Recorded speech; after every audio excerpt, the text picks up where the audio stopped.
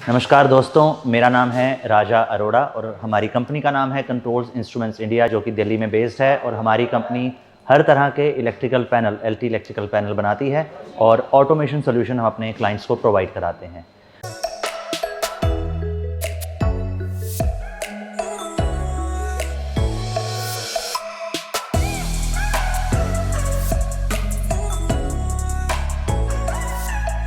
तो दोस्तों, आज हम बात करेंगे एपीएफसी पैनल के लिए, जो कि हमने अपने क्लाइंट के लिए बनाया है।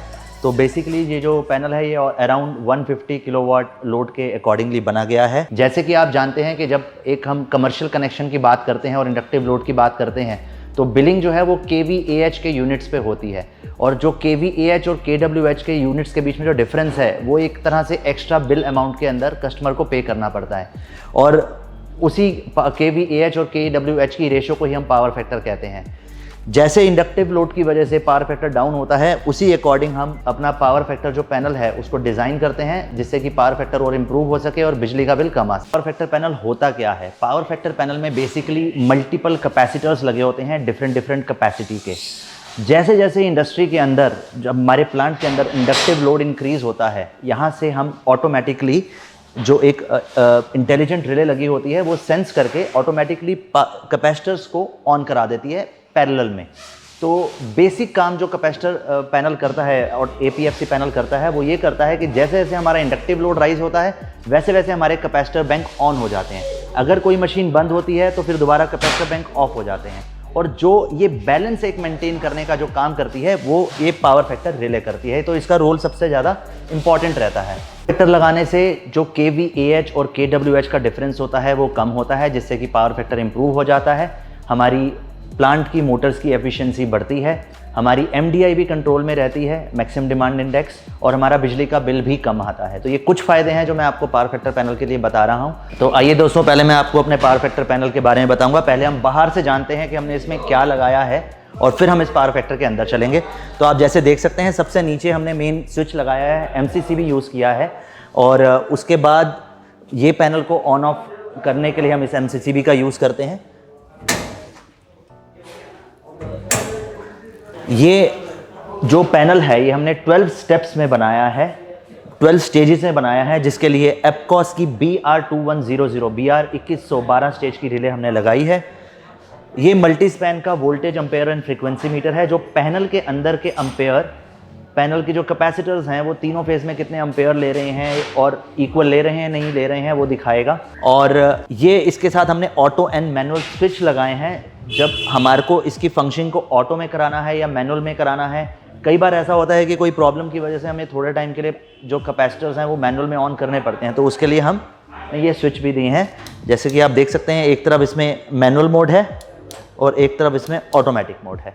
और जो ये ऊपर वाला कंपार्टमेंट देख रहे हैं आप, इसके अंदर हमने कैपेसिटर्स इंस्टॉल करे हैं। तो इसको हमने अपने क्लाइंट की स्पेस और बाकी चीज़ों को ध्यान में रखते हुए, लोड को ध्यान में रखते हुए हमने इस पैनल को डिज़ाइन किया है। जब भी हम एक कैपेसिटर पैनल को डिज़ाइन करते हैं तो बहुत सारी चीज़ें होती हैं जो रोल प्ले करती हैं, जैसे कि एक प्लांट का सैंक्शन लोड, वहाँ पे किस तरह की मशीनें लगी हैं, कितना इंडक्टिव लोड है, कितना हीटिंग लोड है, कितनी VFDs लगी हैं, और उनका एग्जिस्टिंग पावर फैक्टर कितना है, एग्जिस्टिंग वोल्टेज कितनी है, और हमारा टारगेट पावर फैक्टर कितना है। तो ये सब चीज़ों को हम कंसीडर करके ही एक पावर फैक्टर पैनल प्लान करते हैं, जिसमें से बहुत जो मेन चीज़ है वो sanction load and machinery application रहती है कि किस तरह की मशीनरी लगी है और हमारा सैंक्शन लोड कितने किलोवाट का है, जिसके लिए हमें मैक्सिमम रेंज हम लेके चल सकते हैं। तो आइए दोस्तों, अब हम थोड़ा सा इस पैनल के अंदर भी मैं आपको दिखाता हूँ क्या हमने यूज़ किया है और कैसे इसकी वायरिंग करी है। तो जैसे कि दोस्तों आप देख सकते हैं कि जो इसके इनकमिंग पे हमने एक MCCB लगाया है, और MCCB के बाद जो सप्लाई है वो बस बार में जा रही है, जहाँ से वो फर्दर डिस्ट्रीब्यूट हो रही है। तो बेसिकली जब हम कनेक्ट करेंगे तो हमारी जो 3 पावर की जो वायर्स होंगी वो इस MCCB के इनपुट पे आके लग जाएंगी, और यहीं से हम पैनल जो है ऑन ऑफ कर सकते हैं। और काफ़ी लोगों का ये एक क्वेश्चन रहता है कि अगर हम पैनल बंद कर दें तो क्या हमारे बाकी लोड पे कोई असर पड़ेगा? तो उसका आंसर यही है कि नहीं। अगर हम पावर फैक्टर पैनल बंद कर देते हैं तो बाकी लोड चलना बंद नहीं होगा, लेकिन हाँ, बिल एक्स्ट्रा आ जाता है, क्योंकि उस दौरान बैलेंस जो है kWh और kVAh का वो थोड़ा पावर फैक्टर कम हो जाता है, तो जिसकी वजह से डिफरेंस आना शुरू हो जाता है। और इसके अंदर सिर्फ 3 वायर्स इनपुट की जाती हैं, there is no output wires that we are sending into the plant, so it is just connected in parallel to the inductive load that is there in the plant. तो ये एक चीज़ clear है। अभी हम power wiring की बात करें तो अगर आप देखेंगे तो उसके बाद वो सप्लाई आगे फर्दर आके इन वेरियस MCBs में डिस्ट्रीब्यूट हो गया है। यहाँ पे MCB लगाए हैं क्योंकि अभी हमारे कॉन्टेक्ट जो कैपेसिटर बैंक्स हैं वो थोड़े छोटे हैं और ये थोड़ा छोटा पैनल है। ये जो पैनल की हम बात कर रहे हैं ये अराउंड 150 से 200 kVAR का पैनल है और हमने इसमें 63 एम्पेयर तक के MCB लगाए हैं। तो दोस्तों आप जैसे देख रहे हैं कि फिर MCB में सप्लाई जाता है, MCB से कॉन्टेक्टर जाता है और कॉन्टेक्टर की स्विचिंग जो होती है वो एक रिले के थ्रू होती है, जिस हमारे केस में जो एपकॉस की रिले है वो इन कॉन्टेक्टर्स को as per the load, as per the inductive load जब प्लांट में इंक्रीज करेगा तो ऑन कराएगी या ऑफ कराएगी जब घटेगा तो ऐसे इसकी स्विचिंग होती है और हम मैनुअल मोड में भी अपने बाहर से स्विच से कर सकते हैं। और इन कॉन्टेक्टर से आगे फर्दर जब हमारे ये कैपेसिटर्स लगे हैं आप देख सकते हैं इसमें एक्स्ट्रा स्पेस भी है क्योंकि ये एक्सपेंडेबल पावर फैक्टर पैनल है। इसके अंदर हम कभी अराउंड 50-60 kVAR लोड हम ऐड कर सकते हैं फर्दर और इनकी स्विचिंग जो है कॉन्टेक्टर्स के थ्रू हो रही है। तो दोस्तों जब भी हमारी जो रिले है वो स्विचिंग कराती है तो यहाँ पे पावर फैक्टर जो है करंट पावर फैक्टर डिस्प्ले होता है और रिले जो है 100% पावर फैक्टर को अचीव करने की कोशिश करती है और अकॉर्डिंगली सर्किट के अंदर कैपेसिटर बैंक्स ऐड होते जाते हैं या सब्ट्रैक्ट होते जाते हैं।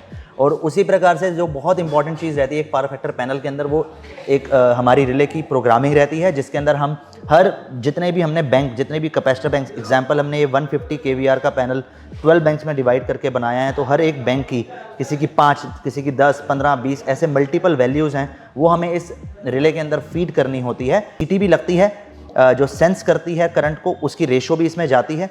तो उसके बाद ये जो पैनल है एक्चुअल में अपना आउटपुट देना शुरू करता है। जब हम ये पैनल इंस्टॉल करते हैं तो कुछ समय के लिए हमें आपकी kWh और kVAh की रीडिंग्स की भी ज़रूरत पड़ती है जिसको हम इससे स्टडी करके इसको हम फर्दर ट्यून करते हैं और अपना एक सेट पॉइंट जिससे हमारे को बेस्ट रिजल्ट मिले उसको सेट करते हैं। तो दोस्तों जैसे मैंने आपको भी पावर फैक्टर पैनल के बारे में बताया और मैंने आपको पहले भी बताया कि एक पावर फैक्टर पैनल का जो साइज़ है और जो डिज़ाइन है वो कस्टमर की एक रिक्वायरमेंट, स्पेसिफिकेशंस और बजट को ध्यान में रख के बनाया जाता है और वेरी करता है।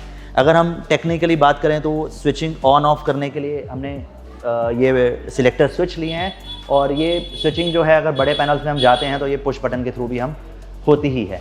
और कई पैनल में कई एप्लीकेशंस में हमें डी ट्यून्ड रिएक्टर्स की भी ज़रूरत पड़ती है जहाँ पे हार्मोनिक्स की प्रॉब्लम रहती है, वहाँ पे हम हार्मोनिक्स को फिल्टर करने के लिए हम डी ट्यून्ड रिएक्टर्स भी लगाते हैं पैनल के अंदर। तो दोस्तों आज आई होप आपको ये वीडियो से कुछ समझ में आया होगा कि APFC पैनल बेसिकली क्या काम करता है और कैसे चलता है।